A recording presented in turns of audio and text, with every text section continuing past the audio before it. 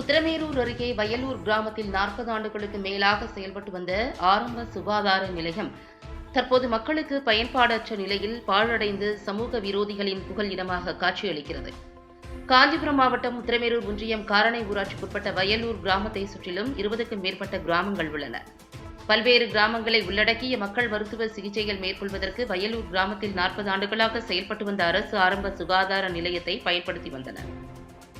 தற்போது பல ஆண்டுகளாக சுகாதார கட்டிடம் வலுவிழந்து இடிந்து விடும் தருவாயில் உள்ளதால் மருத்துவமனை செயல்படாமல் உள்ள தற்போதைய நிலையில் இந்த கிராமங்களைச் சேர்ந்தவர்கள் அவசர மருத்துவ சிகிச்சைக்காக 10 கிலோமீட்டர் தூரத்தில் உள்ள உத்திரமேரூர் அல்லது மானாம்பதி அரசு மருத்துவமனைகளுக்கு செல்கின்றனர். இதனால் நோய்வாய்ப்படும் நேரங்களில் உடனடியாக மருத்துவ வசதி கிடைக்காமல் நோயாளிகள் பெரும் சிரமத்திற்குள்ளாகின்றனர்.